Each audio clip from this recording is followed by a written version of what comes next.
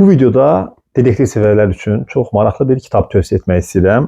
Söhbət Agatha Christie'nin 13 müəmma əsərindən gedir.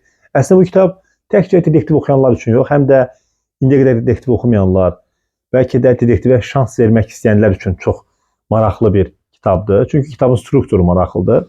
Kitabın adında olduğu kimi içində də 13 fərqli hekayə var.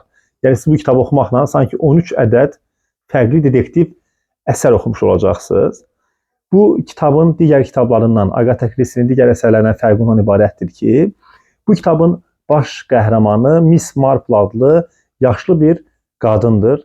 O qadın savadsızdır, təhsilsizdir, evdar qadındır. Amma buna baxmayaraq, bu 13 hekayənin hər birində digər bilikli və savadlı insanlarla birlikdə evdə oturub müxtəlif müəmmalı hadisələri açmağa çalışırlar və bütün müəmmalı hadisələri açan məhz Miss Marple olur. Agatha Christie bu baş qəhrəmanla daha sonra başqa bir neçə əsərində də bu baş qəhrəman əsas rol oynayır və ona məşhurluq gətirir. Düzdür, Agatha Christie daha çox Hercule Poirot ilə tanınsa da, amma Miss Marple da onun tanınmış baş qəhrəmanlarından biri hesab olunur.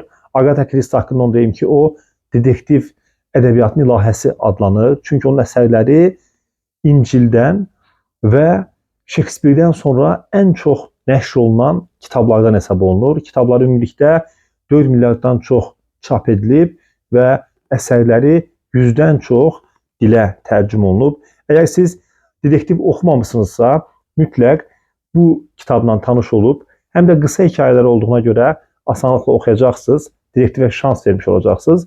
Əgər dedektiv oxuyansınızsa, yenə də Agatha Christie'nin qələmini tanımaq üçün, onun Miss Marple-ını tanımaq üçün düşünürəm ki, bu kitab əla fürsət olacaq. Kitabın qiyməti 7 manat 90 qəpikdir, 312 səhifədir, çox axıcıdır, Tiraspres tərəfindən çap olunub. Hələlik növbəti kitablarda görüşmək ümidi ilə.